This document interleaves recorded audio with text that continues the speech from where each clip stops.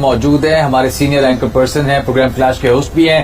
عمران خان صاحب, بہت بہت شکریہ آپ کے وقت کا. آپ کی جو ایک بڑا فیمس کلپ چل رہا ہے سوشل میڈیا پر, جو آپ نے پریڈکشنز دی تھی بالکل اسی طرح ساری چیزیں ہو رہی ہیں.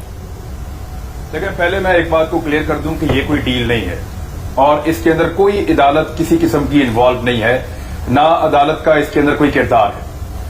ڈیل ہوئی تھی ثانیہ ساہیوال میں, جہاں پہ عدالت کو پتہ نہیں تھا ڈیل کا. عدالت کے سامنے ثبوت اس طرح کے پیش کیے گئے کہ عدالت کو مجبوراً باعزت بری کرنا پڑا تمام پولیس والوں کو. تو وہ ڈیل اس لیول پہ ہوتی ہے, عدالت کا اس میں کوئی رول نہیں ہوتا. میں کلیئر کر رہا ہوں آپ کو.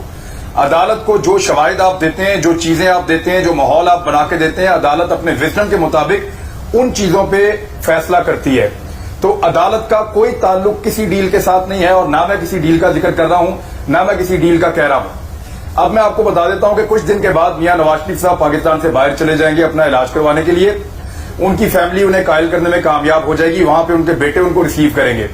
میاں نواز شریف صاحب کا لندن میں علاج چل رہا ہوگا, ان کی طبیعت زیادہ خراب ہوگی, اور انسانی ہمدردی کی بنیاد پہ مریم نواز صاحبہ کا پاسپورٹ ان کو واپس ملے گا اور وہ اپنے والد صاحب کے پاس چلی جائیں گی ان کے علاج کے لیے. میں ڈیل نہیں کہہ رہا, میں صرف آپ کو بتا رہا ہوں جو مجھے پتا ہے. لیکن ڈھیل تو مل رہی ہے نا, ڈھیل تو مل رہی ہے. چیئرمین نام عمران نے جو کہا ہے نا 100% ایسا ہوگا, اور یہ طے ہو چکا ہے.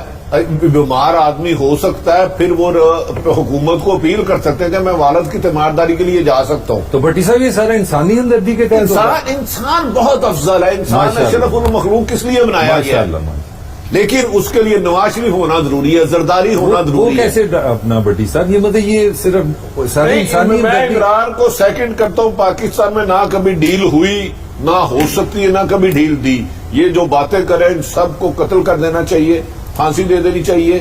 یہ انسانی ہمدردی اور مناسب بھٹی صاحب